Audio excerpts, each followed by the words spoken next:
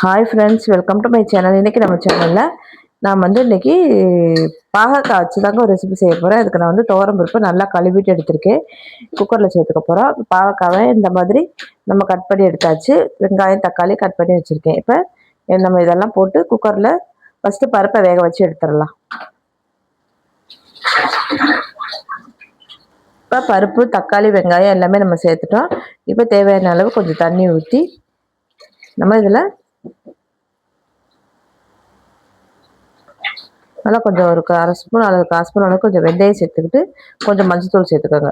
இப்போ மஞ்சத்தூள் சேர்த்தாச்சு. இப்போ தேவையான அளவு தண்ணியும் சேர்த்தாச்சு. போதும், இந்த அளவுக்கு தண்ணி தாராளம் போதும். நம்ம இப்போ குக்கரை மூடி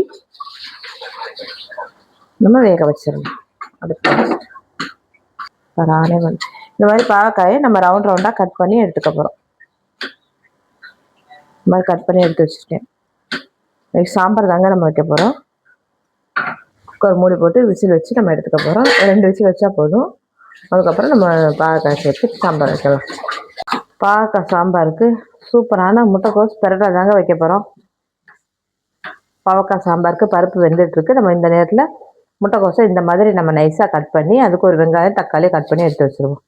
எடுத்து வச்சிட்டோம்னா நம்ம முட்டைக்கோஸ் மசாலா செய்ய ரொம்ப ஈஸியாக இருக்கும். வெட்டிட்டு காமிக்கிறேங்க. இப்போ குக்கரு விசில் வந்துருச்சுங்க. நல்லா 2 விசில் வந்துருச்சு பாருங்க. பருப்பெல்லாம் நல்லா கரைஞ்சி வந்துருச்சு.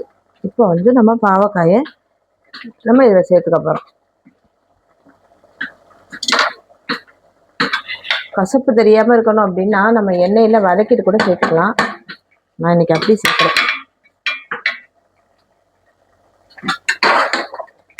அப்படி கசப்பு இருக்காது. சொல்ல பாவக்காயெல்லாம் எங்கே ரொம்ப கசக்குது, அது கூட கசப்பே இருக்க மாட்டேங்குது. காய் வேகட்டும். வெந்ததுக்கப்புறம் நம்ம மசாலா சேர்த்துக்கலாம். இப்போ காய் நல்லா வெந்துட்டுருக்கு. இப்போ நம்ம மசாலாலாம் சேர்த்துக்கலாம். ஏற்கனவே மஞ்சத்தூள் போட்டோம். காரத்துக்கு நல்லாவே கொஞ்சம் காரமாகவே போட்டோம்னா கசப்பு தெரியாது இல்லையா, அதனால நான் தாராளமாக 2 ஸ்பூன் அளவுக்கு போட்டிருக்கேன். மிளகாத்தூள் அதே மாதிரி மல்லித்தூள் நான் 1 ஸ்பூன் கிட்ட போட்டுக்கிறேன்.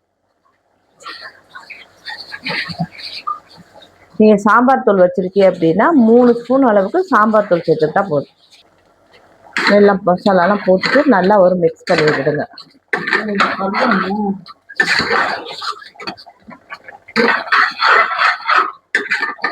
மிக்ஸ் பண்ணிவிட்டு காயோடு சேர்ந்து வேகட்டும்.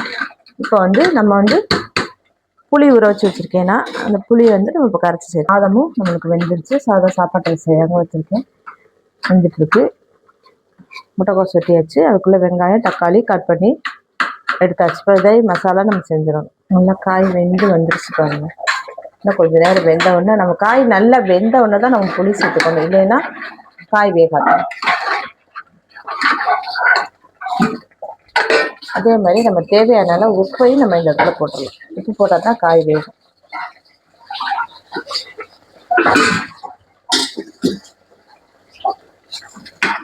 உப்பையும் போட்டுட்டு நம்ம காய் வேகிறதுக்கு இப்போ நம்ம புளி கரைச்சி எடுத்து வச்சுட்டு இதையும் நம்ம அதில் சேர்த்துக்கலாம்.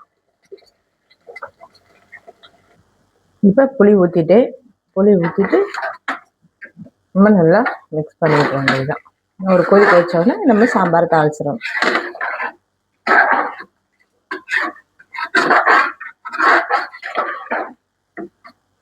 ஒரு கொதிக்க வச்சு வரட்டும். நம்ம வெந்துடுச்சு. நம்ம அப்படி குக்கரில் கொஞ்சம் எண்ணெய் ஊற்றி எண்ணெய் காய்ஞ்சதும் பட்டை சோம்பு பிரியாணி இலை போட்டுட்டு கொஞ்சம் வெங்காயம் தக்காளி போட்டு நல்லா வதக்கியாச்சு. வாஷ் பண்ணிவிட்டு வெங்காயம் தக்காளியெல்லாம் வதங்கினதுக்கப்புறம் முட்டைக்கோஸ் சேர்த்துட்டு நான் அதில் மஞ்சத்தூள் 1 ஸ்பூன் மிளகாத்தூள் 1.5 ஸ்பூன் மல்லித்தூள் சேர்த்து நல்லா மிக்ஸ் பண்ணிவிட்டேன். இன்னும் உப்பு சேர்த்துக்கல. கொஞ்சம் நேரம் இந்த எண்ணெயிலே வதங்கட்டும். இந்த பக்கம் சாம்பார் நல்லா கொதிச்சுட்டு வருதா, சூப்பராக கொதிச்சுட்டு வந்துருச்சு. சாம்பார் ரெடி ஆயிடுச்சு. இப்போ நம்ம தாளிப்பு மட்டும் கொடுத்தா போதும். பாருங்க எப்படி இருக்குன்னு. சாம்பார் பார்க்கவே அப்படி இருக்குல்ல, சாப்பிடவும் அப்படிதான் இருக்கும். ரொம்ப கசப்பு எதுவும் இருக்காது. ட்ரை பண்ணி பாருங்க. தேங்காய் சோம்பு பூண்டு இஞ்சி ஜீரகம் எல்லாமே போட்டு நான் அரைச்சிட்டேன். இப்போ இதை நம்ம இதில் சேர்த்துக்கலாம். இப்போ போட்டாச்சு. இப்போ நல்லா மிக்ஸ் பண்ணிவிட்டு நம்ம ஒரு மூடி போட்டு உப்பு போடலை, இல்லை நம்ம உப்பு போட்டுருவோம். உப்பு போட்டு நம்ம ஒரு விசில் வச்சு எடுத்துடலாம். உப்பும் போட்டேன்.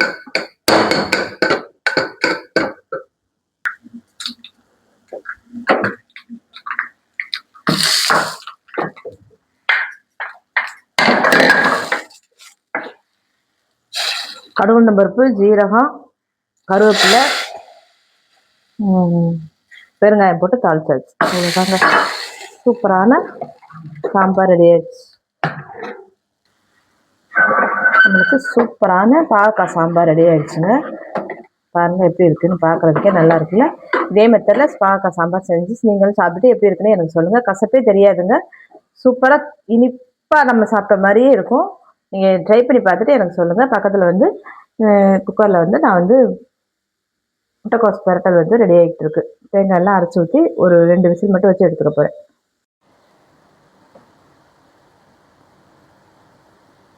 குக்கர் விசில் திறந்தாச்சுங்க. இப்படி வெந்திருக்கு பாருங்கள், சூப்பராக இருந்திருக்கா. சூப்பரான முட்டைக்கோஸ் கிரேவி ரெடி ஆயிடுச்சு பாருங்க. சூப்பரான சாம்பாரும் பாவக்காய் சாம்பாரும் முட்டைக்கோஸ் கிரேவி ரெடி ஆயிடுச்சு.